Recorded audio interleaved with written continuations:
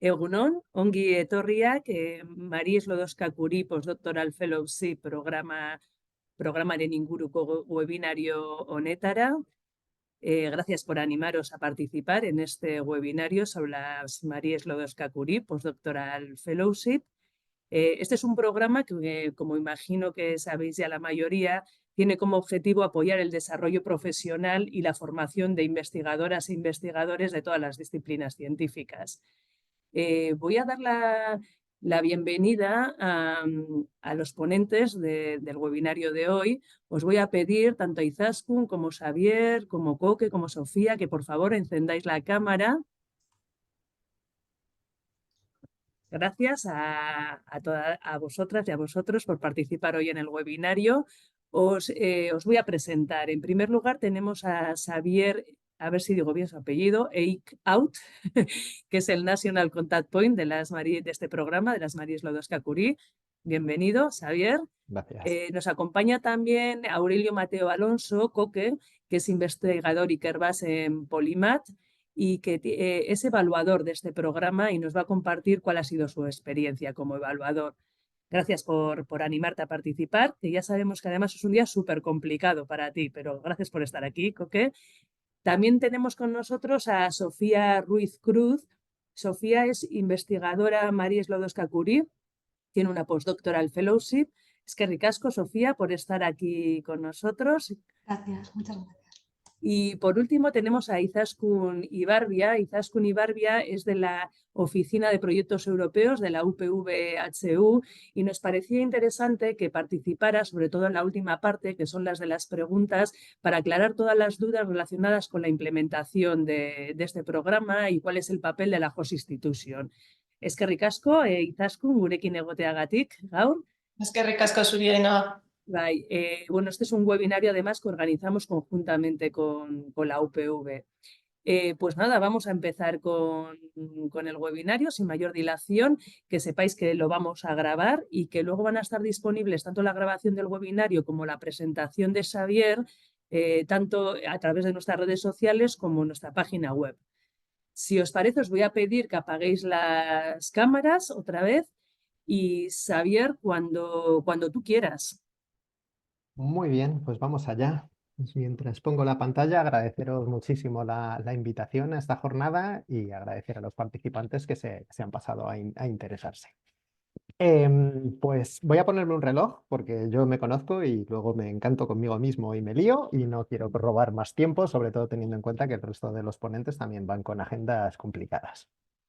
Pues nada, como decía Ainhoa, bueno, yo soy uno de los puntos nacionales de contacto. Permitidme arrancar precisamente con esto de hacernos un poco de autobombo, pero simplemente que quede claro. Tengo también en el equipo de NCPs a Jesús Rojo, que seguramente cualquiera que hayáis participado ya en el programa conoceréis, porque lleva mucho tiempo como punto nacional de contacto y es toda una institución en dar apoyo al programa.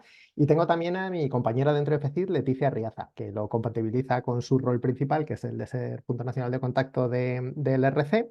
Y bueno, igualmente cualquiera que esté familiarizado con el programa, pues echaréis en falta también a otro clásico, que es mi ex compañera Cristina, que se ha ido por otros derroteros profesionales, así que ahora mismo estamos nosotros tres contestando, pero en cualquier caso nos podéis contactar a través de la misma cuenta de correo que compartimos y vamos intentando contestar ahí a todas las consultas que nos llegan.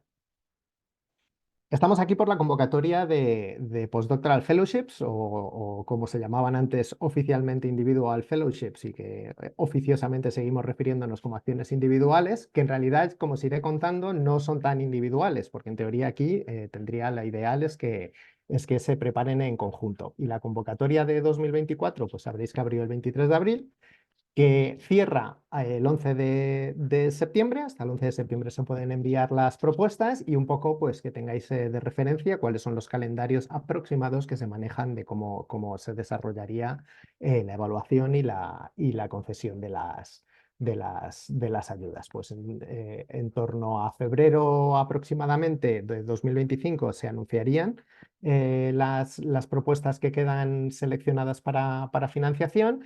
Hay unos meses de tramitación de esta documentación, del Grant Agreement, de la firma del acuerdo con la Comisión Europea, y eso significa que las acciones que se financien en esta convocatoria Podrían arrancar básicamente en torno a abril de 2025 las que sea firmar el acuerdo y arrancar, pero que tengáis muy claro que hay bastante flexibilidad. La comisión ofrece mucha flexibilidad en cuándo puede empezar el proyecto, de manera que lo habitual no son fechas grabadas en piedra, pero siempre se manejan los mismos tiempos. Digamos que cualquier acción financiada en la convocatoria de 2024 tendría hasta septiembre de 2026 para poder empezar. Pues en el caso de que el investigador o la investigadora pues estén con otro contrato y quiera acabarlo antes de arrancar con la Marie Curie. Y de cualquier manera, ahí os dejo el link oficial a la Agencia Ejecutiva de Investigación, ARREA, que son los que manejan los tiempos definitivos y los que establecen los tiempos clave. Una cosa importante que veis ahí, no sé si tendréis en la cabeza el presupuesto de otras convocatorias de Postdoctoral Fellowships, pero precisamente este año, muy relacionado con el hecho de que Reino Unido vuelve, digamos, al redil de los participantes habituales, participa como Associated Country, tenemos un presupuesto que casi se ha duplicado para esta convocatoria con respecto a la anterior. O sea que va a ser una convocatoria bastante interesante desde ese punto de vista, aunque no dudo que vaya a seguir siendo igual de competitiva que siempre. Unos detallitos que nos gusta dejar muy claro y que aplica a toda la convocatoria Marie Curie y que de hecho Ainhoa ya lo ha mencionado al principio. Evidentemente la investigación, la ciencia excelente está en la base de este programa, pero no hay que olvidar nunca jamás, y es el caso de las Postdoctoral Fellowships, pero como digo, de todas las acciones Marie Curie, que es un programa de investigación y de formación en investigación. Y esto es fundamental tenerlo en cuenta a la hora de preparar una propuesta exitosa. Es importantísimo abordar un problema científico relevante al borde en los límites del conocimiento, con resultados rompedores y demás, pero no se puede olvidar como parte de la propuesta, digamos, incluir todo lo que tiene que ver también con cómo la acción va a contribuir al desarrollo profesional del fellow o la fellow que se beneficie de la acción. Además, es un programa que tiene unos componentes interdisciplinares, intersectoriales muy importantes, que digamos, obliga a incluir eso como parte del proyecto. Y de esta manera, pues eso, son acciones que a nosotros, bueno, a mí personalmente me parecen súper interesantes porque evidentemente buscan tener un impacto muy grande en el fellow o la fellow que obtenga la ayuda, pero también son acciones que buscan tener impacto en las instituciones que implementan la acción e incluso en todo el ecosistema en el que se participa. Entonces, digamos, una propuesta bastante ambiciosa. Y mencionaros un poco de, digamos, terminología base que hay que tener clara a la hora de ir preparando las propuestas. Es una convocatoria de enfoque abierto, es decir, es lo que en inglés se llama un bottom-up, se puede proponer cualquier tema. Lo único que tengáis en cuenta que estos temas, digamos, cada propuesta tiene que quedar encajonada en un panel, en uno de los 8 paneles que se manejan y será evaluada dentro de ese panel.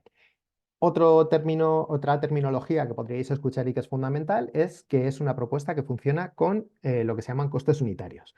Y esto luego lo veremos con un ejemplo para ver exactamente cómo se monta el presupuesto de una de estas propuestas.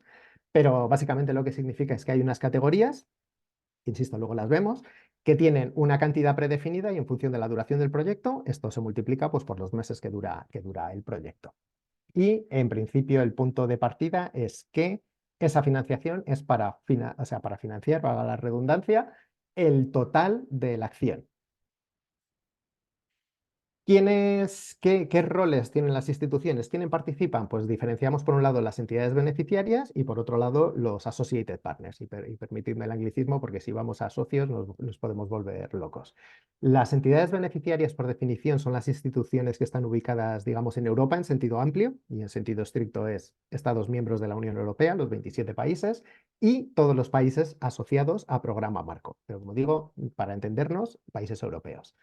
Y estas entidades beneficiarias son las que reciben los fondos y las que tienen las obligaciones legales y contractuales con la Comisión Europea, con la entidad financiadora. Y luego, por otro lado, están los Associated Partners, que esto, perdonad que me está saltando el Teams, que pensaba que lo tenía silenciado, pero parece ser que no, ya está. Y las entidades asociadas que, digamos, hay una entidad asociada fundamental en la modalidad de Global Fellowship, que es la que tiene una fase de salida, como luego veremos, que es la entidad del tercer país, pero también los Associated Partners entienden que son entidades que participan en la acción, pues con otras acciones complementarias, como puede ser implementar parte de las actividades de investigación, utilizar maquinaria, equipamiento especial y también ofrecer pues, elementos formativos o de capacity building para el fellow o la fellow. En este caso, estas entidades asociadas no tienen esa relación legal y contractual con la comisión, pero podrían recibir fondos siempre a través de la entidad beneficiaria. Es decir, si hay que ejecutar hay un coste por la ejecución del proyecto en una entidad asociada, la entidad beneficiaria puede, a través de un acuerdo de asociación, puede acordar pues, transferir los fondos pertinentes para que la acción se pueda hacer. Y finalmente, pues desde la parte de las definiciones, los sectores. En Marie Curie básicamente se habla de dos sectores, el sector académico y el no académico, y en el sector académico tenemos todas las universidades públicas y privadas y los centros de investigación sin ánimo de lucro. Y el sector no académico, por definición, es todo lo demás. Por supuesto, esto incluye la empresa, que es lo que pensaríamos probablemente todos en un primer momento, pero también puede ser un poco más amplio. O sea, pensar también en ONGs, en la administración pública, en hospitales que no tengan, digamos, esa entidad de centro de investigación público, que pueden mezclarse y cosas por el estilo. Y en un primer vistazo, pues deciros qué es lo que ofrecen las Postdoctoral Fellowships. Pues básicamente ofrecen contratos postdoctorales para ser implementados en Europa, que serían las European Fellowships, o para ser implementados conjuntamente con una fase de salida en un país fuera de Europa y luego un retorno a Europa.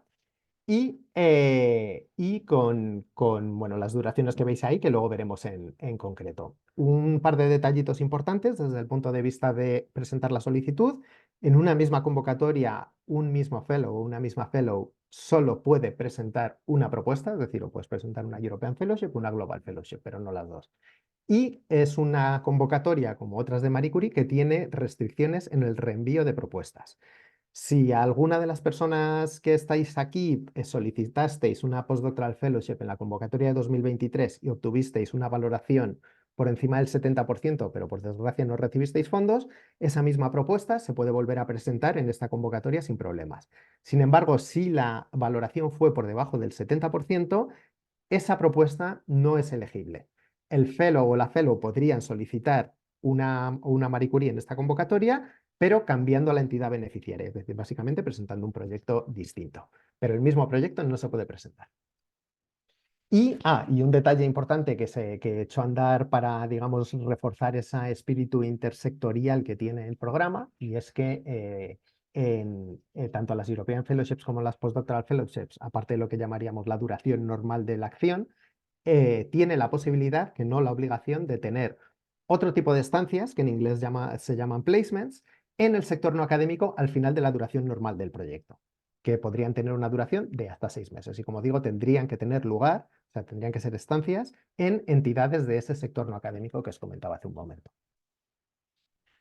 Digamos, también conectado con la tipología de las Postdoctoral Fellowships, mencionaros que en principio yo creo que desde luego para entidades digamos, ubicadas en Euskadi no es relevante, pero a lo mejor algún fellow o alguna candidata o candidata fellow que vaya a hacerlo en un país que esté dentro de lo que se llaman los países widening, existe una posibilidad que es marcar al final de tu propuesta que se quiere optar a una ERA Fellowship. Esto lo que significa es que las propuestas que se van a implementar con un beneficiario y una beneficiaria en uno de estos países o regiones widening, que como digo, en el caso de España solo son las Islas Canarias, si no me equivoco a día de hoy, pues tienen, en caso de superar el límite de financiación, que oficialmente es del 70%, quedar en lista de reserva y no recibir financiación directamente de una European Fellowship, podría tener, digamos, una segunda oportunidad de ser repescada como una ERA Fellowship. Que en este caso es importante tener en cuenta que no sería, digamos, no está etiquetada como una acción Marie Curie, pero bueno, es digamos, una segunda opción para conseguir financiación. Y por otro lado, mencionaros que las acciones Marie Curie pueden ser financiadas desde otro programa de financiación que es Euratom, un programa distinto a Horizonte Europa, si la temática que se aborda es de las temáticas de Euratom. Esto desde el punto de vista del solicitante, igual que la ERA Fellowship, no tiene mayor implicación que al final de tu propuesta marcar si tienes opción y quieres acceder a esa opción de las ERA Fellowships, o bien si por la temática de tu propuesta digamos que se alinea con los principios del programa Euratom. En caso de que se diera este último caso, el de Euratom, insisto, desde el lado del solicitante no hay ninguna diferencia, el proceso de evaluación es exactamente el mismo y lo único que puede pasar es que al final del camino los fondos que va a financiar tu acción Marie Curie, en lugar de salir de la bolsa de dinero de Horizonte Europa, saldría de la bolsa de dinero de Euratom. Pero desde el punto de vista del fellow no tiene mayor implicación y estas sí se consideran Marie Curies y todo lo demás. Y para ver qué temáticas son las de Euratom, os podéis redirigir a uno de los documentos fundamentales, que es la guía del solicitante, el Guide for Applicants, que está en el portal del participante. Entonces, ¿quién participa? Pues desde el lado de la institución, como os decía, tenemos la entidad beneficiaria, que os vuelvo a insistir, Estado miembro o país asociado, sector académico o no académico, como beneficiario no hay limitación, y esta es la entidad que va a recibir los fondos y va a gestionar los fondos y va a ser quien haga, en principio, el contrato para la fellow o el fellow. Y tendríamos, por otro lado, ese Associated Partner en el caso de las Global Fellowships, que sería la entidad asociada de la fase de salida hacia un tercer país, que aquí lo que, como veis ahí resaltado, es necesario incluir en la propuesta una carta de compromiso de esta entidad del tercer país. Son creo que a día de hoy las únicas cartas de compromiso que se piden en las acciones Marie Curie, porque en otros programas de hecho están tendiendo como a retirarlas. Pero en el caso de las Postdoctoral Fellowships sigue siendo necesario incluirla como parte de la propuesta. Y desde el lado del personal investigador, pues obviamente un criterio como son acciones postdoctorales, un criterio básico es que el candidato o la candidata tiene que tener título de doctor o de doctora en el cierre, a fecha de cierre de la convocatoria, 11 de septiembre de 2024. Hay que tener en cuenta la nacionalidad relativamente, porque en el caso de las European Fellowships, las que se implementan 100%, digamos, en territorio europeo, no hay absolutamente ninguna restricción a la nacionalidad, pero en el caso de las Global Fellowships, las que tienen esa fase de salida, sí no hay restricciones si uno o una es nacional de un Estado miembro o de un país asociado, es decir, un país europeo, o bien si es nacional de un tercer país, pero ha sido residente de larga estancia en uno de estos países europeos. Y residente de larga estancia significa haber vivido y trabajado durante más de 5 años, o hasta mínimo 5 años, en el país europeo. Y la condición de residente de larga estancia, hasta el momento, tal y como se evalúa, digamos que no se pierde nunca. Es decir, si un candidato o una candidata ha estado viviendo 5 años hace 3 años, aquí en España, pero ya se ha vuelto a su país, aún así seguiría siendo elegible para estas Global Fellowships. Luego está el criterio de la regla de movilidad, que como es un programa que intenta fomentar la movilidad internacional, aparte de la intersectorial e interdisciplinar, hay este criterio de movilidad que se aplica con o sea, el lugar de destino donde se solicite la Postdoctoral Fellowship no se puede haber estado viviendo, trabajando o estudiando en ese país durante más de 12 meses en total de los últimos 36 meses, es decir, un año de los últimos 3.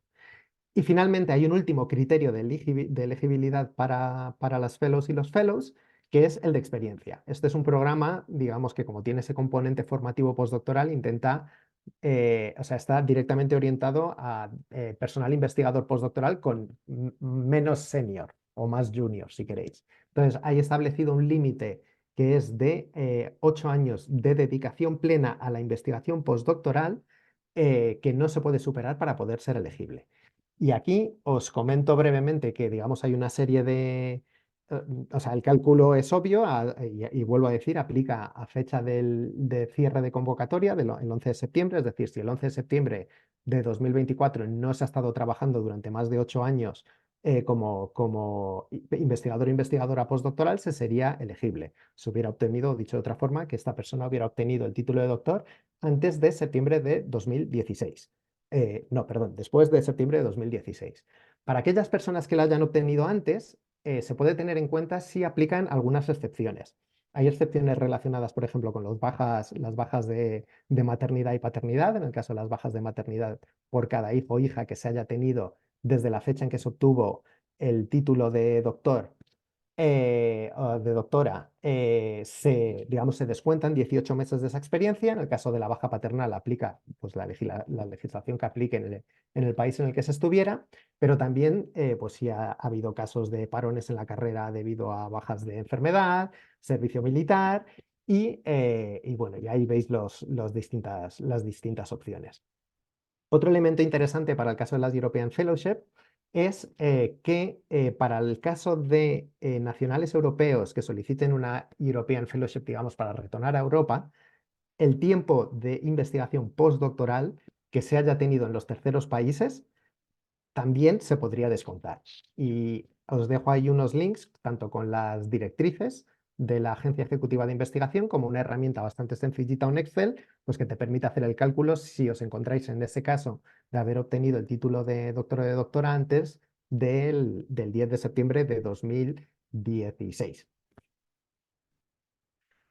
Y como os decía, ¿quiénes intervienen a la hora de preparar la propuesta? Pues evidentemente el candidato o la candidata fellow va a estar trabajando principalmente en la preparación de lo que viene siendo la propuesta, pero idealmente, o casi diría de manera obligatoria, esto debería hacerse en colaboración, por supuesto, con el supervisor o la supervisora de la entidad beneficiaria, y en el caso de las Global Fellowships, que existe ese Associated Partner del tercer país, pues sería también con la persona que actúe como supervisora en ese tercer país.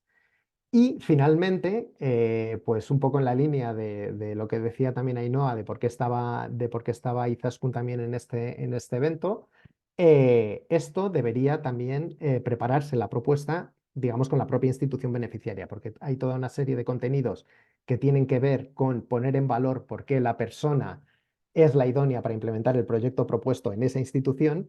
Pues hay toda una serie de cosas de la institución que idealmente deberían ir en una propuesta robusta y con opciones de recibir financiación.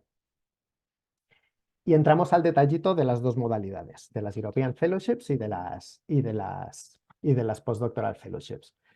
En el caso de las European Fellowships, que como os decía son las que se implementan en Europa, la duración de estas acciones es entre 12 y 24 meses, un máximo de 24 meses.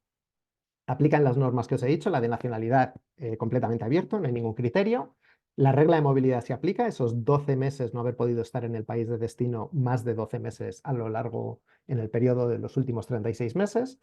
El haber recibido, bueno, no superar esos 8 años de experiencia en investigación postdoctoral.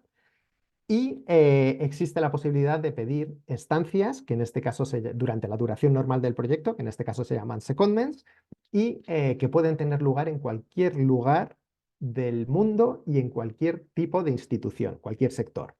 Y estas estancias en total no pueden superar más de un tercio de la duración completa, de la duración normal de la acción. Es decir, a máximos, si una European Fellowship es de 24 meses, una persona podría optar a tener secondments durante esos 24 meses de hasta 8 meses.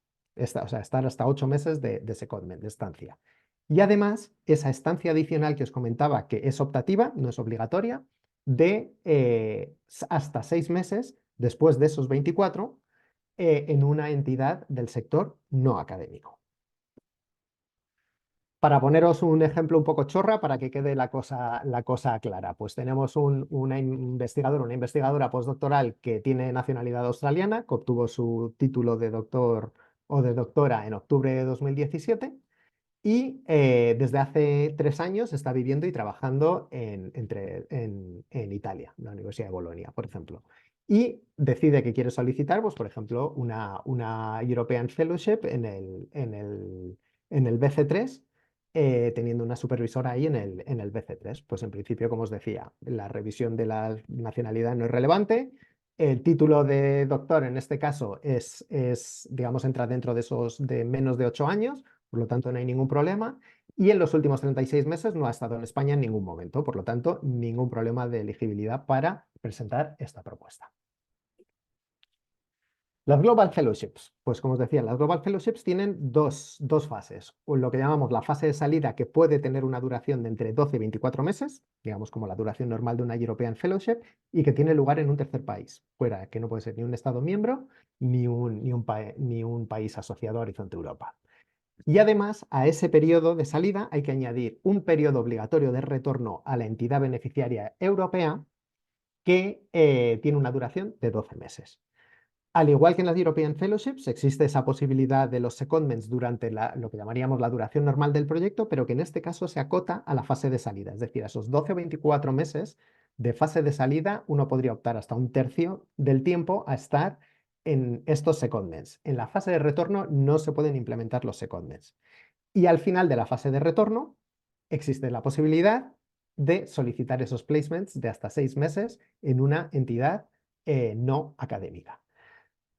Aplícanlo, bueno, en el caso de las nacionalidades, recordaros lo que os he dicho al principio. Aquí sí hay que tener en cuenta la nacionalidad, porque si se es nacional de un país europeo, de un Estado miembro, un país asociado, no hay ningún problema, pero si se fuera nacional de un tercer país, hay que ver si se cumple con ese criterio de ser o haber sido residente de larga duración en un país europeo. Y además, la regla de movilidad importante, en este caso, aplica sobre el país de la fase de salida, es decir, sobre el tercer país. Os pongo un par de ejemplos que los he hecho un poco rebuscados para que intentar, digamos, que quede claro todo. Pues supongamos que tenemos un investigador, una investigadora que obtuvo su título de doctor en la UPV en octubre de 2016. Desde enero de este año, de 2024, está en Colombia trabajando en una universidad, la Universidad Nacional de Colombia, y se propone pedir un proyecto global con una duración total de 42 meses, es decir, casi a máximos, en el que la entidad beneficiaria sería la Universidad del País Vasco y la entidad asociada en el tercer país sería la Universidad Tecnológica de Bolívar. Es decir, propone estar 24 meses en otra universidad en Colombia para luego volver durante 12 meses a la Universidad del País Vasco y además solicitar un placement de 6 meses para sumar esos 42. Entonces, de nuevo, nacionalidad, como es español o española, pues en este caso no hay ningún problema. Título de doctor, estamos ahí justo en el límite, porque es el año 2016, pero como veis ahí os pongo que es octubre completamente a propósito, porque justo digamos que a cierre de la convocatoria, esta persona todavía llevaría 7 años y 11 meses de experiencia postdoctoral como máximo. Por lo tanto, sí sería elegible. Y por la parte del criterio de movilidad, como os decía, aplicaría sobre el tercer país. Esta persona está ya en Colombia, llegó a Colombia y empezó a trabajar en la Universidad Nacional a principios de año, por lo tanto, a 11 de septiembre llevaría en Colombia pues 9 meses, básicamente, no llegaría a los 12 meses. Por lo tanto, aunque digamos está ahí en el límite en todas las cosas, cumpliría con todas las opciones. Y una opción en la misma línea, un poquito más enrevesada. Pues tenemos, en este caso, una investigadora colombiana, un tercer país, que obtuvo su título de doctor en España en 2015, en agosto de 2015, y luego estuvo allí, ha estado trabajando en España durante 6 años antes de retornar a Colombia y fue madre en 2016. Desde octubre de 2023 está en Brasil y quiere pedir esa modalidad de Global Fellowship que veis ahí, pues una fase de salida a la misma entidad brasileña en la que está y luego para luego retornar a España.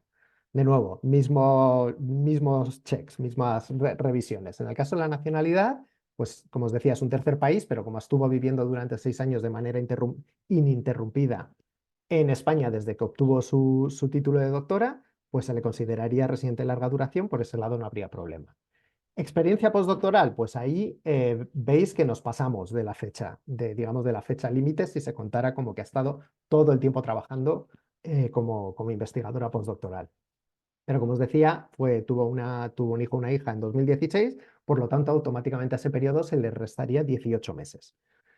Y vive en Brasil, que es donde va a hacer la fase de salida, pero desde octubre de 2023. Como de nuevo la fecha de referencia es siempre la fecha de cierre de la convocatoria, que sería en septiembre. En octubre llevaría 11 meses.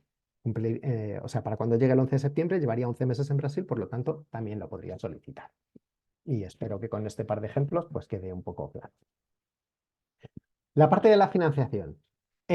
Básicamente hay digamos, dos grandes partidas. Lo que se llama el Contributions for Recruited Researcher, que es básicamente la partida para el investigador, y que se compone a su vez de distintas partes. La parte más gorda sería la que llamaríamos la que se llama el Living Allowance, que os resalto ahí en verde, es una novedad de esta convocatoria, yo creo que es Creo que es la única novedad que hay con respecto a la convocatoria del año pasado, pero desde luego, si no es la única, es la más relevante. Y es que han subido un poquito las asignaciones de las partidas, tanto de Living Allowance como de Mobility Allowance. Pues tendrías la Living Allowance y la Mobility Allowance para todos los candidatos o candidatas que recibieran financiación.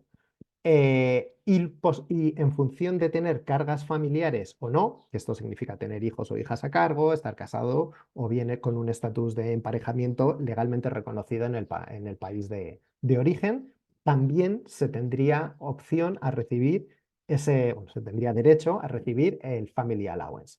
Además, dentro de la partida de los investigadores, veis ahí dos elementos más, que es la partida de estancias de bajas de larga duración, el Long-Term Leave Allowance, y el Special Needs Allowance. Este dinero, en principio, digamos que no se le da a la entidad beneficiaria por defecto. Solo la solicita la entidad beneficiaria si lo necesita y entonces la comisión transferiría esta parte de los fondos. Las estancias de larga duración son para bajas de más de un mes y se calculan en función de la parte del salario que le tocaría pagar a la institución durante ese periodo de baja. Y ese dinero lo recupera, digamos, la comisión se lo da a la institución para cubrir esos gastos.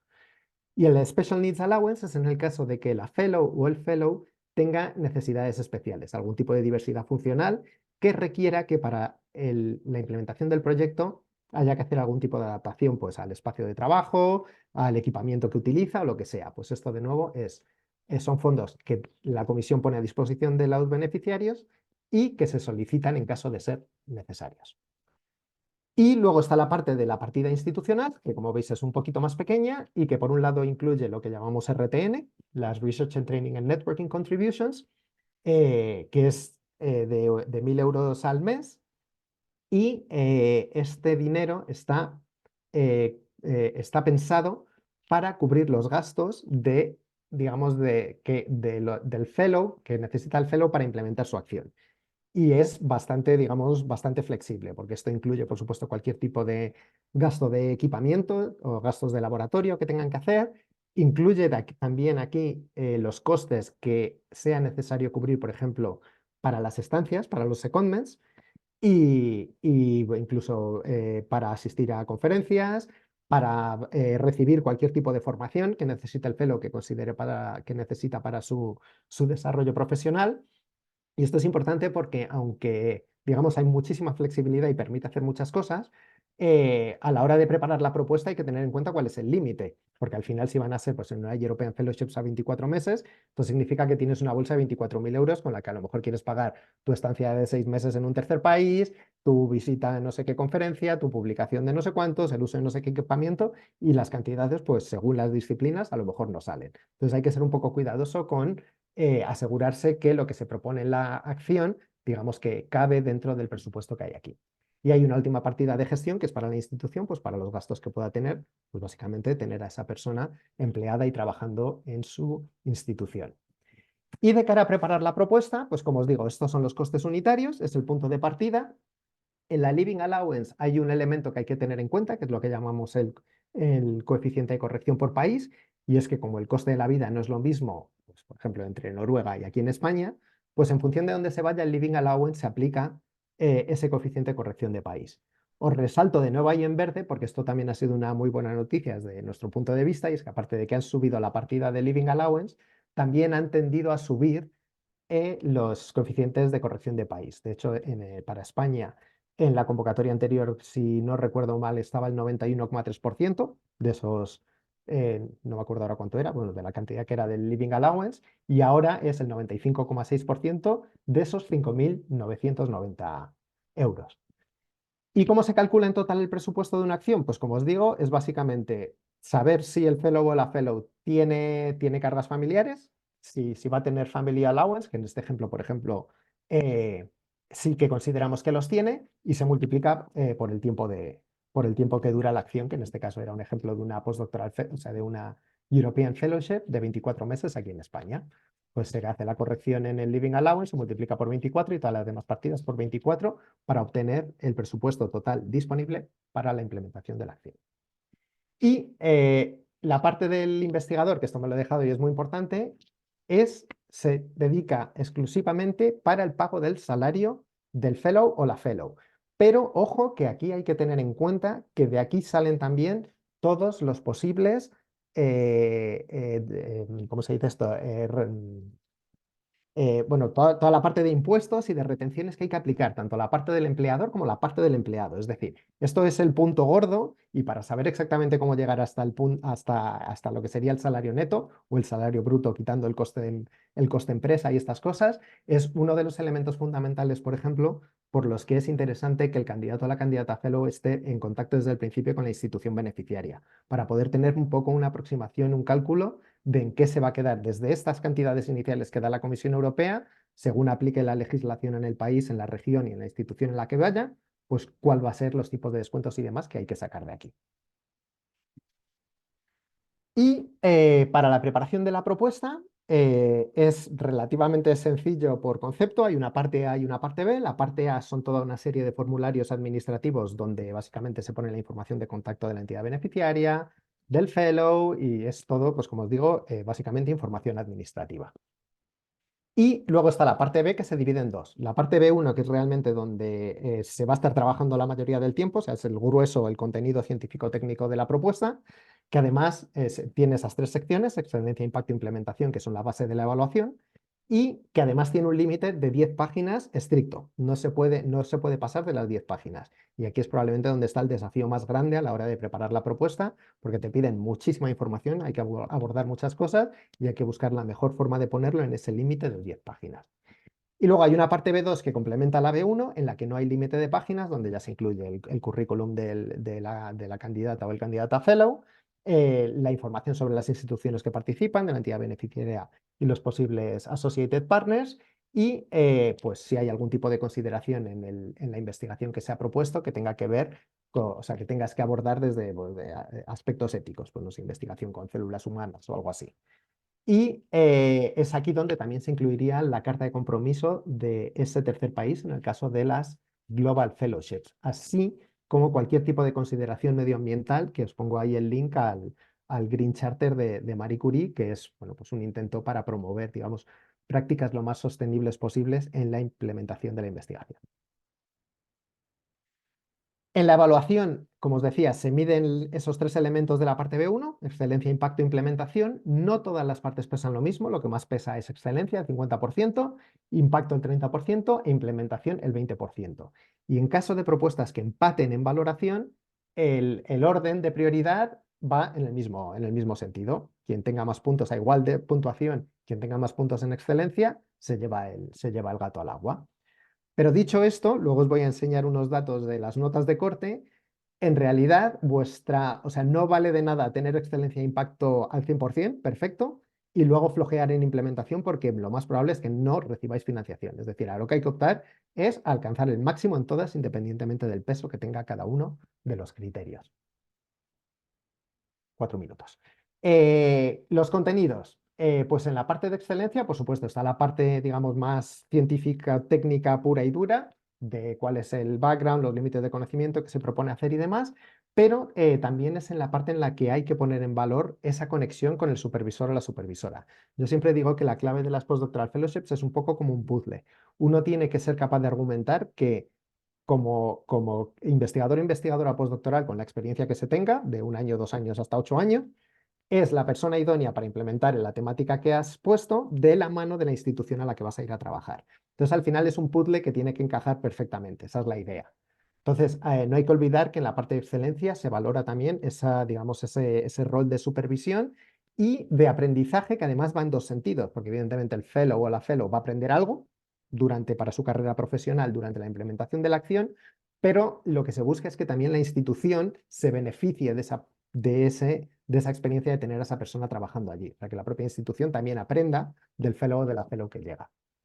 En la parte de impacto, diferenciar dos niveles principales, por supuesto, toda la parte que tiene que ver con el impacto científico-técnico, incluido posible impacto social y posible impacto económico de los resultados de la investigación, pero muy importante el impacto de la acción sobre la carrera del fellow o el fellow. Y finalmente, en la parte de implementación, pues es donde se pone esta cosa de terminología europea, de los paquetes de trabajo, de los deliverables y los entregables, y los plazos para hacer, digamos, que se proponen para las acciones propuestas para implementar la acción. Así como las capacidades o los recursos o la infraestructura que te ofrece la institución para asegurar que tu proyecto vaya a ser exitoso. Y unas cuantas claves que ya os he ido mencionando de alguna manera. Por un lado, eso, que no os olvidéis que la parte científica es fundamental, sin ella no os la van a valorar positivamente, pero si os falta incluir en la propuesta también todo ese impacto sobre el desarrollo profesional del fellow o de la fellow, tampoco os la van a evaluar positivamente.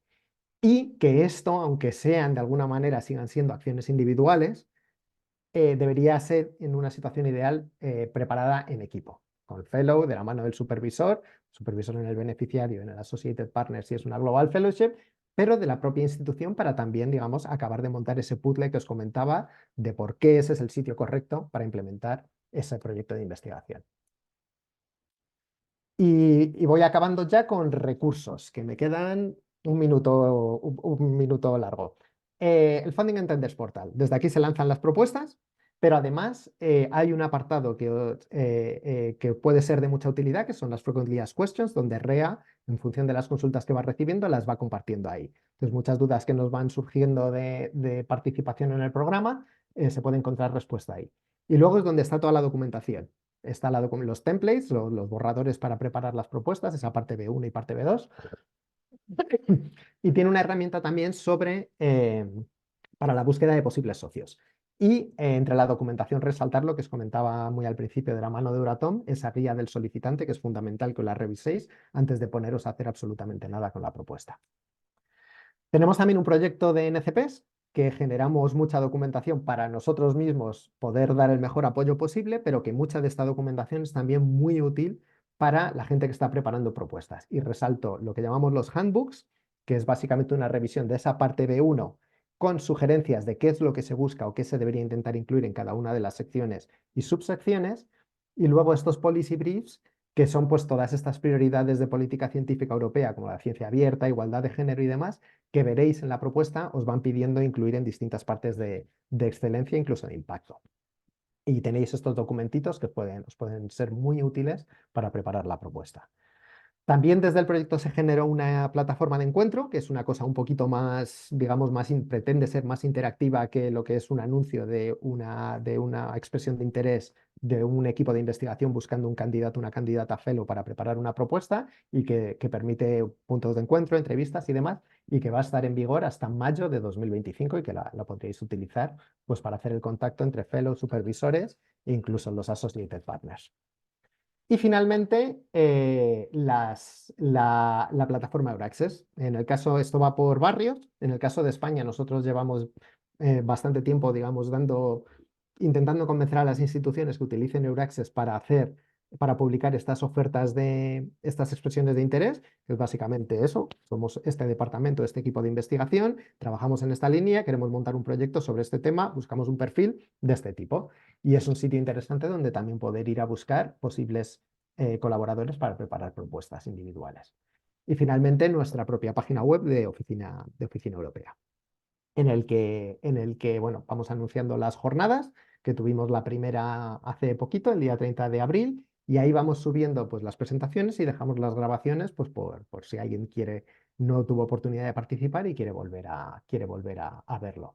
Y nada, y apuntaros que el día 7 de junio esperamos tener el siguiente webinario nacional intentando abordar, digamos, aspectos un poquito más prácticos de la preparación de las propuestas.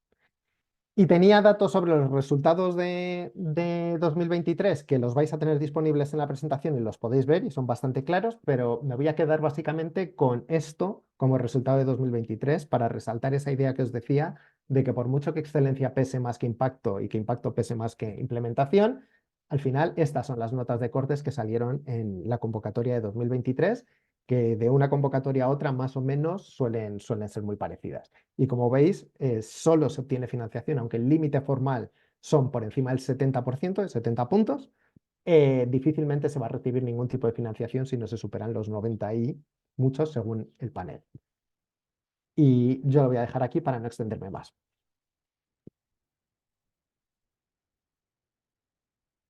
Muy bien, Xavi, muchísimas gracias por la presentación, ha sido súper interesante. Yo creo que nos ha dado un buen marco de qué es este programa. Y bueno, sin más dilación, le voy a dar la palabra a Sofía Ruiz. Sofía, ¿estás por aquí? Sí, sí estoy. Muy ¿Me bien, oís? bienvenida, bienvenida, Sofía. Bueno, después de las notas de corte que nos ha dicho Xavi, pues queríamos traer a una persona que tenga una de estas ayudas para que nos cuentes cuál fue tu experiencia, cómo lo hiciste, cuando tú quieras, Sofía. Bueno, Egunon, mila esker. Antes de nada me gustaría agradecer a Iker Vázquez y a la Universidad del País Vasco la invitación a este seminario, en concreto a Izaskun de la Oficina de Proyectos Europeos. Y es un honor para mí estar hoy aquí porque hace 2 años yo estaba atendiendo a otro webinario y pues toda ayuda es muy útil para preparar una propuesta. Actualmente soy beneficiaria de una European Fellowship por 2 años de la convocatoria del 2022. Mi proyecto se llama IceCube y nuestro objetivo es tratar de combatir las resistencias a antibióticos, que hoy es un problema de alcance global. Y nuestra estrategia está enfocada a la inhibición de un proceso que permite a las bacterias compartir las resistencias a antibióticos, que es la conjugación. Como podéis imaginar, soy microbióloga molecular y realicé mi tesis doctoral en Madrid, mi región de origen, y allí estuve durante unos años como investigadora postdoctoral en el mismo grupo. Durante ese periodo, en un congreso y por la posterior colaboración, conocí a mi actual supervisora porque colaboraba con mi grupo de Madrid. En 2019 me fui a Irlanda y durante ese tiempo seguí en contacto con mi actual supervisora y una vez que cumplí el requisito de movilidad, solicité la beca por primera vez. Esto fue en el 2021. Y en esa ocasión, aunque obtuve una buena puntuación, creo que fue en torno al 92%, pues no fui beneficiaria de una de las becas. Pero es muy importante que recibes un informe con una evaluación bastante detallada que te permite pues, mejorar la beca, o sea, perdón, la solicitud para posteriores ediciones. Entonces, pues mejoré mi propuesta con el mismo proyecto y en el 2022 lo solicité de nuevo y me fue concedida. He comenzado hace unos meses con esta beca porque, como ya ha mencionado antes Xavier, tiene una característica que para mí es fundamental, que la incorporación no tiene que ser inmediata y eso permite que organices tu vida de una forma mejor, termines los contratos o, en fin, que tengas un periodo para hacer todo de una forma más tranquila. Antes de nada, me gustaría animaros a todos los que estéis pensando en solicitar la beca y pues mandaros todo mi ánimo porque sé lo complicado que es compaginar el trabajo con preparar la solicitud de una beca de estas características, pero en cualquier caso yo creo que es una experiencia enriquecedora porque aprendes muchísimo respecto a la elaboración de proyectos y a su vez científicamente también aprendes mucho puesto que normalmente, como ya he mencionado, hay una movilidad intersectorial. En mi caso no es del sector, pero el tema pues era un tema que conocía, pero obviamente no estaba al día y pues obviamente tuve que actualizarme, leer mucho y eso de forma científica también pues complementa tu bagaje. Entonces, una vez dicho eso, querría señalar 4 puntos que a mí me parecen importantes. Uno de ellos es la elección del supervisor. En mi caso, yo fui muy afortunada porque conozco a mi supervisora actual, la conocía personalmente y esto permitió pues, que hubiese un un flujo de información pues, que me ayudó mucho a la elaboración de la propuesta. Además, pues había una comunicación pues, muy fácil. Ella me proporcionó, por ejemplo, datos de los proyectos que estaban llevando a cabo en ese momento y eso me permitió encajar muy bien mi idea dentro de lo que se estaba llevando a cabo en su grupo. No todo el mundo tiene esta suerte de conocer al supervisor y por eso os diría que contactaseis con vuestros posibles supervisores pronto porque las agendas son muy apretadas y para que tengan tiempo pues, para responderos y sobre todo también para ver si hay un feedback, un soporte, porque eso va a ser fundamental para preparar una propuesta sólida. En segundo lugar, respecto a la elaboración de la propuesta, obviamente una parte esencial es la elaboración de la parte de excelencia, que es donde está tu idea de investigación. En mi caso concreto, yo dediqué bastante tiempo a esto, estuve leyendo y en un principio tenía una idea demasiado ambiciosa que luego me di cuenta que no era factible realizar ni por mi propia experiencia ni la del grupo y mucho menos en el tiempo que es la beca, que en mi caso es de 2 años, que no sé si lo he mencionado. Entonces cambié de idea y pensé en algo que era mucho más completo, que encajaba mucho mejor tanto con mi experiencia como con el grupo receptor y que a su vez pues, no dejaba flecos sueltos y que era más robusta, todo encajaba mejor. El problema fue que como dediqué mucho tiempo a esta parte, que es imprescindible, me quedó menos tiempo para las otras 2 partes. Y en concreto, para mí, la parte de impacto fue complicada porque a veces trata sobre conceptos que igual no estamos tan acostumbrados. Sobre todo la parte del impacto económico, social, etcétera. Entonces le dediqué menos tiempo y la primera vez que solicité la beca, esta parte fue la que más flojeó.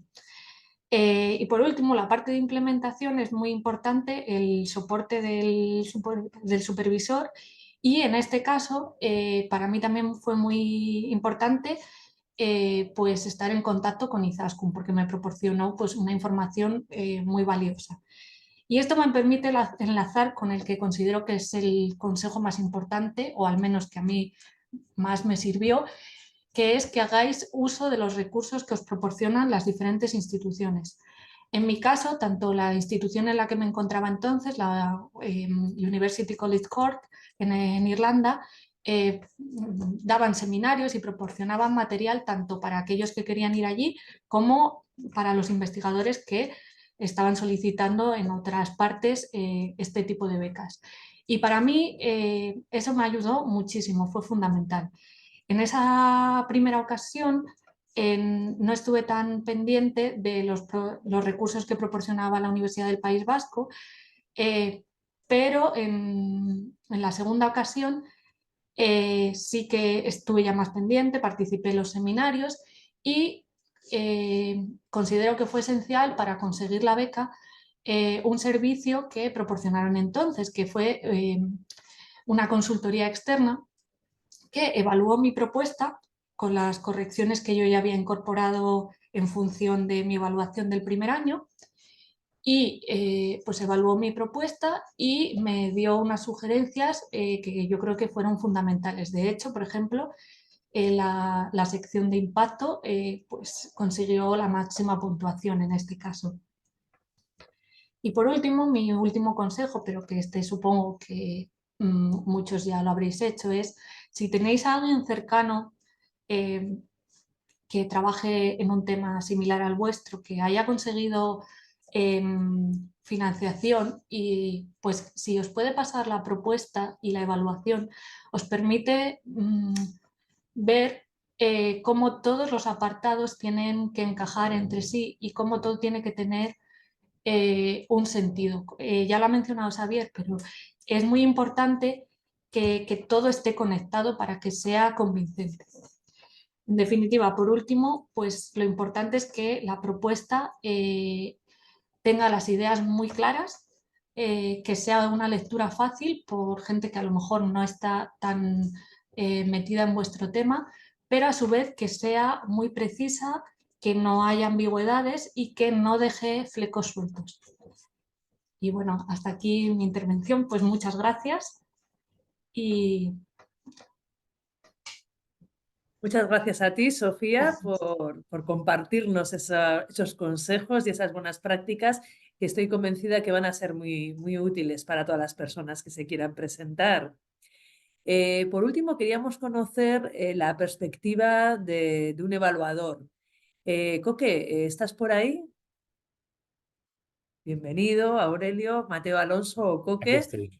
Sí, ¿Me oís? Sí. Coque nos ha hecho un súper favor uniéndose hoy al webinario porque tiene una agenda súper complicada. De hecho, en la última parte del webinario tenéis oportunidad de hacer preguntas a los ponentes. Si tenéis preguntas relacionadas con el tema de la evaluación, ir pensándolas porque Coque solamente va a poder estar un ratito en la última parte. Todas las preguntas, por favor, incluirlas en el apartado de preguntas y respuestas, ¿de acuerdo? Pues nada, Coque, cuando tú quieras. Vale, bueno, muchas gracias por haberme contactado. Yo, bueno, os voy a dar un poco la visión del evaluador malvado, que es el que se encarga de revisar todas las propuestas que le han sido asignadas. Bueno, simplemente comentaros, a ver, fíjate, yo he sido tanto Marie Curie hace años cuando estaban las Reintegration Grants como ahora evaluador. Y habré evaluado propuestas, yo diría que en los últimos 5 o 6 años aproximadamente. Bueno, tengo una visión bastante general de, de cómo ha ido incluso cambiando un poco los criterios de evaluación, porque con el tiempo han ido evolucionando, yo diría que incluso a mejor. O sea, ha habido cosas que han ido cambiando y que, bueno, no voy a comentar la cronología ni la historia del sistema de evaluación, pero sí que ha ido mejorando poco a poco, se va afinando. Entonces, bueno, cuando un candidato finaliza su propuesta y la envía, pues al final esta propuesta se reparte entre tres evaluadores. Entre ellos podría ser yo, perfectamente. O sea, no son personas de vuestro ámbito, son investigadores de diferentes instituciones, a veces, generalmente suelen ser europeas, pero vamos, es gente realmente de vuestro entorno, vuestros colegas, vuestros compañeros.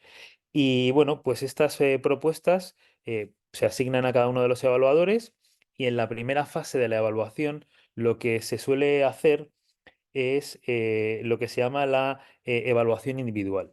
Y en esta evaluación individual, ninguno de los evaluadores sabe quién está revisando también esa propuesta. O sea, que básicamente lo que haces es leerte la propuesta.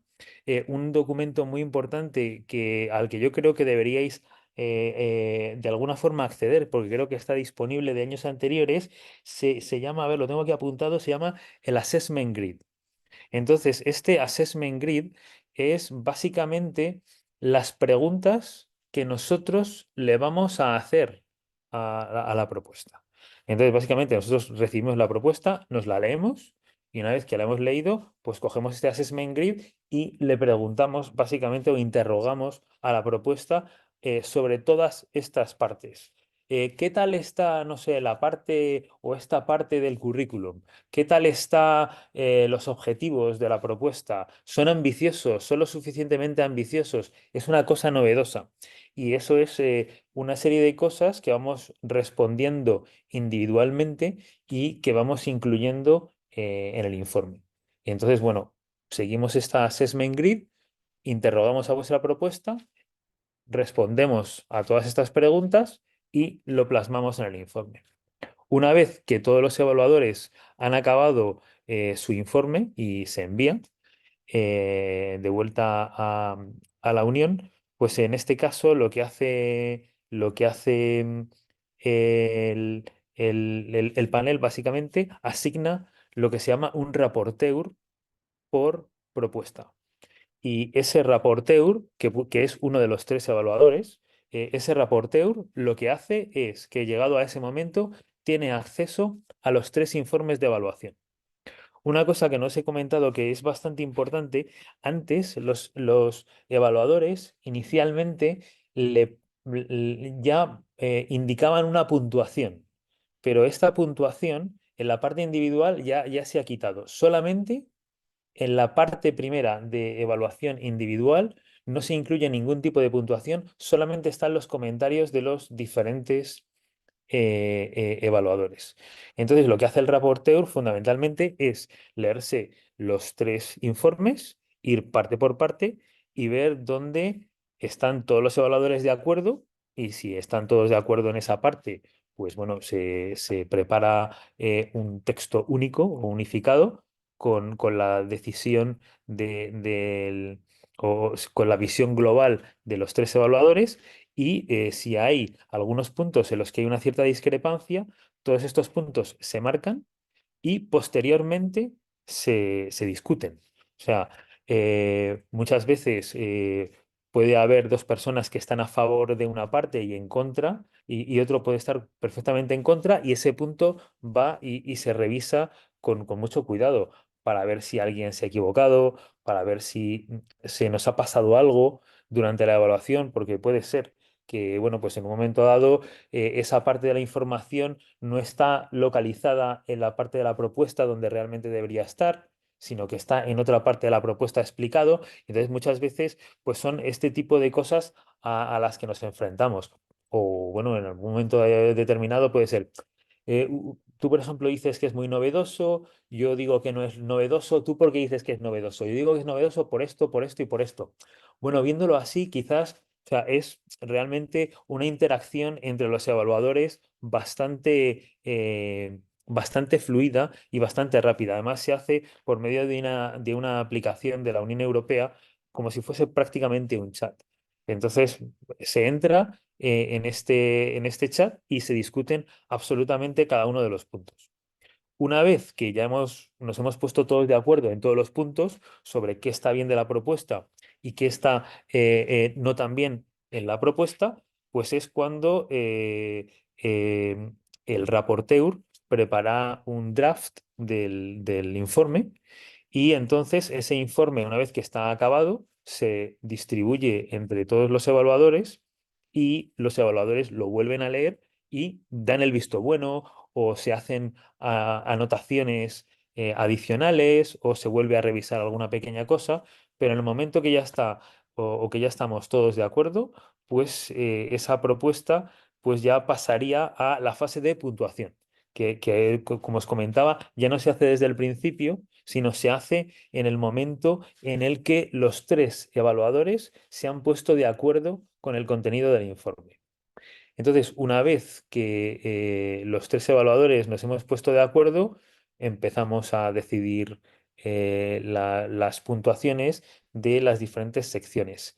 Esto suele estar iniciado por el rapporteur también, pero bueno, las puntuaciones van a variar sustancialmente. Bueno, pueden variar o no, pero suelen variar sustancialmente de las que se proponen inicialmente. ¿Por qué? Porque aquí entra no solamente el número de cosas que están bien o mal, sino el peso que tienen estas cosas en la propuesta. Una propuesta podría tener varias cosas que están regular, pero podría darse el caso de que tengan en general muy poco peso. Entonces, es una cosa que tenemos que ir valorando y evaluando hasta que finalmente pues, nos ponemos también de acuerdo con la puntuación. Ya una vez que nos hemos puesto de acuerdo con la puntuación, no acaba aquí. Entonces, este es el momento en el que la propuesta y la puntuación se envía al vice chair. O sea, básicamente en cada panel hay una serie de vice chairs, que son personas que ha contratado la, la comisión, y que, bueno, pues están un poco, lo que hacen es revisar de alguna forma la calidad de nuestro informe. Primero, para que nuestro informe esté correcto, no haya partes que estén enfrentadas dentro de nuestro informe, o que digan cosas que no están lo suficientemente claras, que la propuesta, los informes no tienen que dar, o sea, un informe, que esa es una de las cosas que que suele pensar muchas veces los candidatos. El objetivo del informe no es, es indicar qué es incorrecto, pero no cómo solventarlo. A diferencia de lo que sería, por ejemplo, la revisión de un artículo científico. ¿No? La gente dice, no, es que son muy cortos y muy escuetos. Es que el objetivo es simplemente indicar qué es incorrecto o qué no está del todo bien o qué no está lo suficientemente claro, en vez de indicar por qué precisamente o exactamente o en qué falla la propuesta o dar una forma de mejorarla. Y entonces, bueno, en esta parte en la que el Vice Chair revisa absolutamente el informe y revisa la puntuación, uno de los problemas a los que nos solemos enfrentar es que muchas veces el Vice Chair nos suele decir, bueno, mira, el informe está bien, o tiene estos puntos que tenéis que volver a revisar, pero una cosa que tiene que ser bastante, o que se tiene que mirar con bastante cuidado, es la relación entre los comentarios y la puntuación.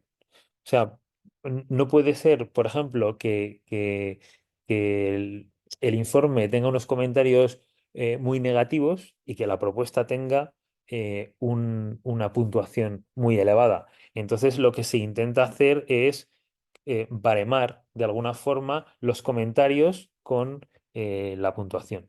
Y bueno, una vez que ya acaba esta parte de la evaluación, nos hemos puesto de acuerdo ya también en este balance entre puntuación e informe, pues bueno, nosotros lo enviamos y luego está dando vueltas durante un par de meses, más o menos, hasta que yo creo que recibís vosotros los resultados de la evaluación. Y bueno, es eso prácticamente, sin más. Creo que no me he dejado nada del proceso. Pues muy interesante, Coque. Yo creo que esta otra visión, este otro enfoque del trabajo del evaluador, de traernos el trabajo del evaluador, va a ser muy útil para todos los ponentes. Ahora os voy a pedir a todos que encendéis la cámara para esta última parte en la que ya tenemos un montón de preguntas. Como os he comentado, Coque tiene que salir de viaje pitando. Le voy a hacer alguna pregunta que está relacionada con la evaluación y Coque, cuando tú tengas que marcharte, No, no me os escribes preocupéis, que aquí. tengo todavía un poco de tiempo. Ah, vale, por si acaso. Vale, de todas formas voy a empezar con una pregunta que nos hacía Marcín, que quería saber cuánto tiempo dedica un evaluador para una propuesta en María Sklodowska-Curie. Pues mira, aproximadamente con los tiempos, con el número de propuestas que nos están dando ahora y con el tiempo que nos dan, pues da para hacer 2 propuestas al día. Aproximadamente el número de propuestas ha ido disminuyendo de los que de que hemos ido recibiendo con el tiempo. Hubo una época en la que recibíamos 20 propuestas, 18 propuestas. Yo te diría que en la última evaluación habré revisado 9 o 10 propuestas. Y entonces eso te da bastante tiempo. El problema, o sea, en realidad el problema no es el tiempo que nos da la comisión, es que nosotros tenemos que hacer esto en medio de nuestro trabajo. Entonces la comisión nos da aproximadamente 3 semanas, 3, 4 semanas para tener las evaluaciones individuales completadas. Y esto obviamente lo hacemos bueno, en un tiempo de trabajo normal. Pero vamos, te diría que medio día por propuesta es fácil, porque al final, a ver, a vosotros os cuesta mucho escribirlo. Pensad que nos lo tenemos que leer todo. Ya. Y a veces no solamente tenemos que leernoslo todo, tenemos que ver si es coherente, si no es coherente. eh, lleva tiempo, lleva tiempo. O sea, y luego hay un montón de cosas que incluso en la parte individual, pues en la segunda fase, bueno, hay propuestas que si, por ejemplo, los 3 evaluadores están de acuerdo que es una propuesta fantástica, pues esa propuesta va adelante sin grandes problemas. O sea, no hay casi que hacer trabajo a nivel de la preparación de los informes ni nada. Pero en cambio, si hay un montón de puntos conflictivos, pues esa propuesta pues llevaría mucho más tiempo de lo que llevan otras. O sea, que hay en la segunda fase el tiempo va a depender directamente, o sea, ya no del tiempo que necesita esa propuesta. Incluso las propuestas que tienen muchos comentarios negativos, pues llevan mucho más tiempo de evaluar y de decidir su puntuación y su informe final de lo que lleva una propuesta que ya desde el principio le ha entrado muy bien a los tres revisores. Y luego hay que tener en cuenta que los tres revisores, pues un poco estamos entre nosotros dándonos feedback y no siempre respondemos en el mismo momento. Tú puedes poner un comentario y no recibirlo hasta 2 días después. Pero vamos, hay tiempo de sobra. Habitualmente, yo creo que el proceso entero empieza en octubre y debemos acabar pues a finales de noviembre. O sea, yo creo que son 2 meses en total que tenemos para ponernos de acuerdo en alrededor de 10 propuestas, o sea, más o menos. Interesante. Bueno, tenemos bastantes preguntas. Se ha unido, como podéis ver, al panel Izaskun Ibarbia, que como os he comentado es de la Oficina de Proyectos Europeos. Entonces os voy a ir soltando las preguntas y quien consideréis que os apetece contestáis, ¿vale? Bueno, nos dice Leire si el seminario será grabado y sí, efectivamente, no lo vamos a enviar, pero sí que lo vamos a difundir a través de nuestra página web y de las redes sociales. Vamos al lío. En el caso de la Global Fellowship, ¿cómo se mide o califica a la entidad de la outgoing? ¿Se califica a la institución o al investigador con quien pretendo trabajar? ¿Cómo se mide, se califica la entidad de ¿Cómo la se mide o outgoing? califica la entidad Buah, outgoing? me A ver, cuesta entender la pregunta, pero bueno, o sea, al final se- so- realmente la parte a nivel de institución no se evalúa la institución per se, se evalúa el currículum del candidato, se evalúa el grupo receptor y es que se evalúan un montón de cosas. Si ese candidato va a aprender algo, ¿qué va a aprender el candidato? ¿Qué va a aprender el grupo receptor del candidato? O sea, es que hay un montón de capas que hay que evaluar. A nivel de institución, no se evalúa la institución como tal. Se puede evaluar la infraestructura disponible de la institución, pero no la institución. O sea, solamente se suelen mirar grupos, o sea, el grupo receptor y el candidato en este caso. Pero bueno, hay un montón de información aquí adicional. O sea, es una pregunta muy sencilla yo, para la yo, complejidad que tiene. yo, de hecho, mintiendo un poco, o sea, si quieren la contestación rápida y insisto, un poco mentirosa, es que el supervisor pesa más. O sea, porque como decía, al final tú tienes que argumentar que porque tú con tu perfil y tu bagaje profesional al trabajar junto con ese equipo de investigación, con el supervisor o esa supervisora, vais a conseguir ese proyecto que habéis propuesto. Pero, como bien ha apuntado Aurelio, luego hay toda una serie de cosas que tienen que ver con la institución que también tienen su peso. Pero bueno, si queréis la contestación sencilla, el supervisor o la supervisora tienen un rol fundamental en la preparación de la propuesta. ¿Y qué determina que sean 12 o 24 meses en el caso del proyecto que justifique ese tiempo? Pues a ver, primero los márgenes mínimos y máximos y al final pues lo que necesites tú para la implementación, porque la implementación te la van a medir también. O sea, si tú al final propones hacer una cosa que en 18 meses y aquí a lo mejor Aurelio quiere compartir algo y el evaluador o la evaluadora pues considera que no es realista hacerlo en 18 meses, pues te puede perjudicar, pero esto Yo, es la acción, es quien lo define yo es dentro de que ese creo mínimo que no he visto nunca máximo. una propuesta de menos de 24 meses. O sea, Yo no, tampoco. yo creo que de todas las que he evaluado yo, no he tenido una propuesta que dure menos de 24 meses. Sí ocurre, alguna vez ocurre, pero es verdad que es muy raro y es lo que dice Xavier, tiene que tener una lógica, un sentido muy claro por el motivo por el que la hagas más reducida. Vale. Pablo nos dice que cómo computan la Margarita Salas para los criterios de movilidad. Por ejemplo, una MS concedida por una universidad española para estar en una universidad italiana. Esto, si me permitís, porque es la pregunta del $1.000.000. Eso te iba a decir, Y hay que dar y eso. la respuesta no es la que querríamos, desde luego, los NCPs españoles. Y es que en programas como Margarita Salas, o sea, de hecho se ha hecho una aclaración en la Guide for Applicants que antes no estaba, aunque se lleva aplicando así desde el principio. Y es que digamos, te penaliza, si se me permite la palabra, el país que te contrata y el país en el que estabas. Es decir, que si tú tienes una Margarita Salas pagada por una institución española que implementaste en Francia y te estás planteando si solicitas una European Fellowship en Francia o en España, estás fastidiado en los dos lados. Vaya. La lógica de esto, pensad que yo esto lo he hecho yo mismo, o sea, porque nosotros como NCPs nos parece que es o sea, no nos gusta esta resolución porque creemos que va contra el espíritu del programa, porque al final están penalizando modelos de programas que de alguna manera siguen el principio de la Global Fellowship.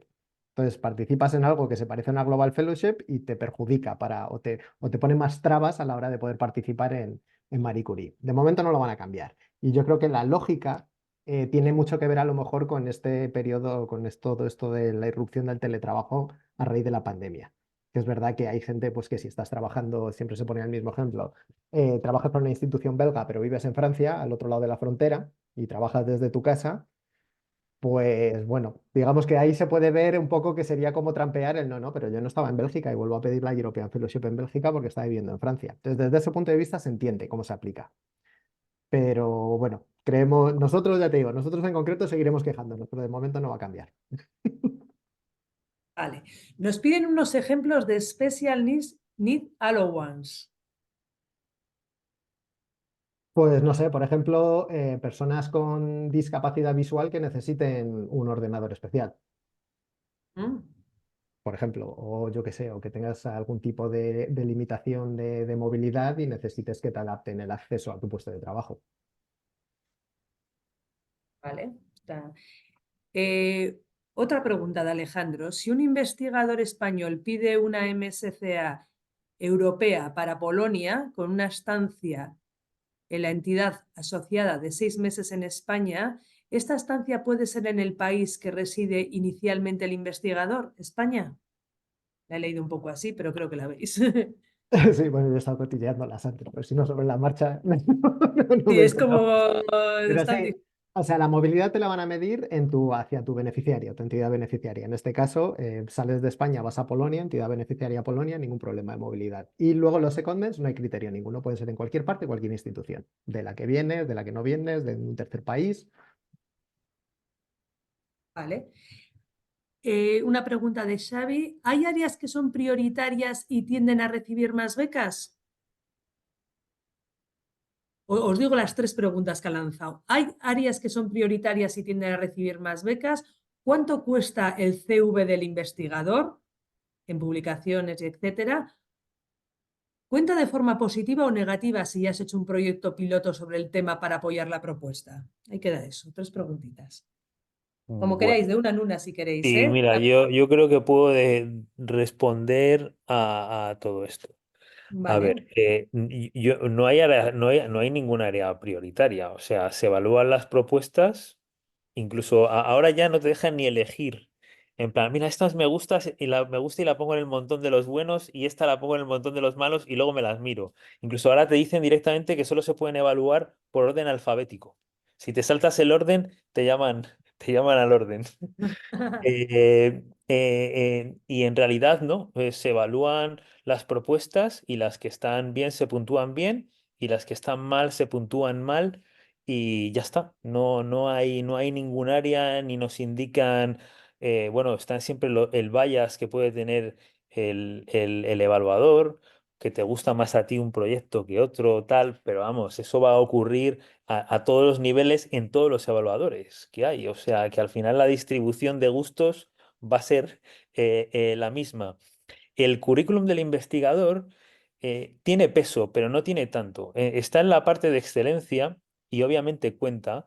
Ya no me acuerdo exactamente, porque es que no tengo aquí el assessment grid, pero bueno, es una parte pequeña de excelencia casi al final de la evaluación, en la parte de excelencia. Tiene su peso, pero bueno, no es fundamental. Sí que tiene que demostrar que tienes unos conocimientos aptos para tu carrera profesional. O sea, muchas veces, ¿qué es un currículum? Aquí hay muchas veces hay investigadores postdoctorales con muchos o con menos, o con muchos o con pocos años de experiencia. Y entonces más o menos se ve, se mira el peso también que tiene el currículum con respecto a la experiencia anterior que tiene ese investigador. Entonces, bueno, obviamente cuanto mejor sea tu currículum, pues mejor. Y Mm, luego, si lo del proyecto piloto, esto que estoy aquí leyendo. sí. Esto me refiero que si tienes si tienes algún, no sé, algún proof of concept Mm, del proyecto. Bueno, pues esto dependerá de tu proyecto, de cómo lo vendas y de cómo lo organices y de cómo lo expliques.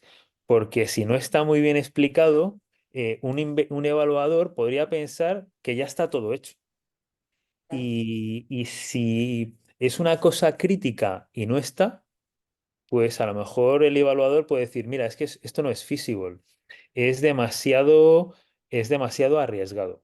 Eh, Porque, bueno, y si no le sale, tenemos un risk en el mes 2. ¿Cómo lo vamos a solventar? ujú. Entonces, bueno, va a depender un poco del proyecto. Si es una cosa realmente muy ambiciosa, pues a lo mejor está bien que esté. Si es una cosa, pues a lo mejor no tan crítica, pues a lo mejor no es necesario. Esto depende mucho del candidato y del proyecto. De hecho, en esa línea de depende, a mí se me ocurre una pregunta, digamos, análoga a esta cuestión que nos suele llegar es bastante habitual. Pues el caso de alguien que ha hecho la tesis doctoral en un equipo, lleva unos años fuera de postdoc y pregunta si le va a penalizar o le va a premiar volver al equipo donde hizo la tesis. Y de nuevo la contestación es depende de cómo lo cuentes y qué pretendas hacer. Es decir, hay una parte, si lo puedes vender en positivo, que yo estuve haciendo esto allí, conozco el equipo y nos consta que, digamos, existe este gap de conocimiento que ahora que me he ido yo fuera, me lo traigo de vuelta a la institución, pues perfecto. Pero si el evaluador, por el otro lado, esto no lo ve claro y comprende que prácticamente no va a tener, digamos, margen de desarrollo profesional volviendo a un equipo en el que ya ha estado, pues te tira para abajo. Vale. Tenemos muchas preguntas, siguen entrando y no tenemos mucho tiempo. Tenemos 5 minutillos. Os voy a lanzar unas cuantas a ver lo que nos da tiempo. ¿Es común hacer visitas cortas de investigación a otros centros, países, además del Secodmen en la versión MSCA EU? Por ejemplo, si es un instituto que me va a apoyar en tratamiento de datos y análisis, estancia corta, versus Secodmen, con aprendizajes más teóricos vinculados a la implementación del proyecto. Desde el punto de vista de la participación, puedes tener secondments y puedes tener estancias cortas. Desde el punto de vista de la duración, las estancias cortas serían de menos de un mes, pero además, digamos que no requieren supervisión. Y se me ocurre el ejemplo típico de me voy a hacer una campaña de campo, a recoger datos. Eh, lo único, aquí me remito a los fondos disponibles en RTN. Es decir, que aunque tenga cabida y temporalmente te permita hacer estancias cortas además de tus secondments y el tiempo que pases en tu entidad beneficiaria, hay que ver si te salen las cuentas. Total. Vale. ¿Qué peso tiene el número de publicaciones del candidato? ¿Tener experiencia trabajando en la temática de la propuesta suma calificando al candidato? Es un poco como uno se venda a él mismo. O sea, obviamente, eh, cuanto más publicaciones de primer autor, o sea, es que no es solamente, no es solo A o B, depende del nivel de la carrera en el que estés, depende del nivel de publicaciones que tengas, depende de la visibilidad internacional que tengan esas publicaciones.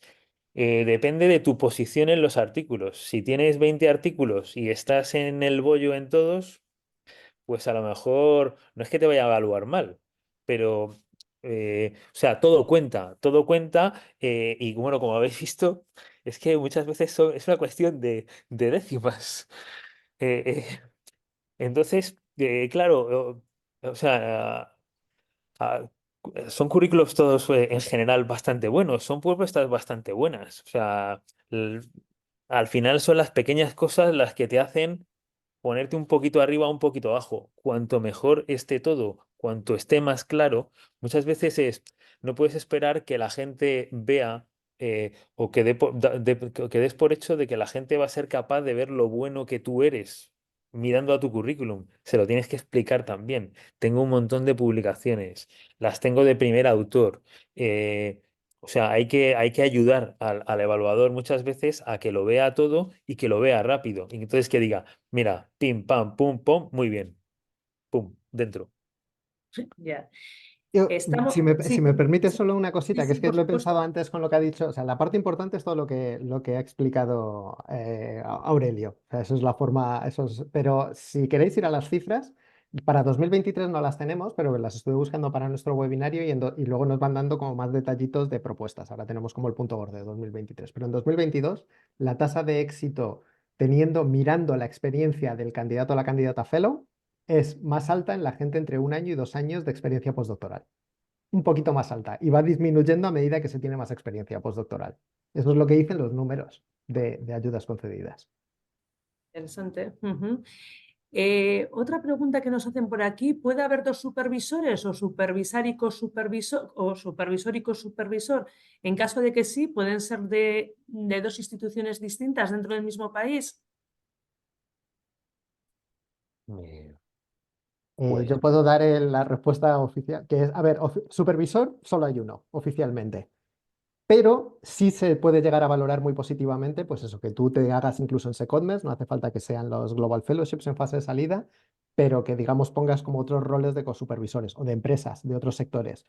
Eso, corrígeme, Aurelio, pero en general se no, supone no, yo que creo que se lo que valora dices es, positivamente, no, no, lo que dices es pero esto correcto. Y yo vuelvo siempre a un poco a lo que está explicado y a lo que no está explicado. O sea, si al final es necesario para hacer tu proyecto que tengas un cosupervisor, incluso que sea de la misma institución. O sea, yo alguna vez me he encontrado que hay un supervisor obviamente general. Y bueno, siempre hay muchos problemas, sobre todo al traducir la palabra supervisor, director, a cómo se intercambia entre una lengua y otra.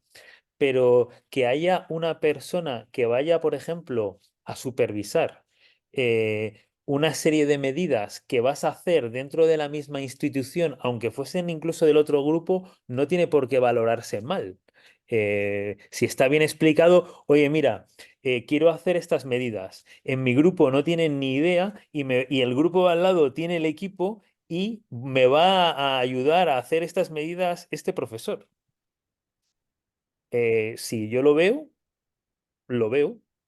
O sea, si está claro, si en cambio empiezo a ver ahí nombres que no sé, de supervisores que no sé exactamente lo que hacen, pues no entiendo cuál es el rol de toda esta gente en la propuesta. Al final tiene que estar todo explicado para que el evaluador lo pueda entender.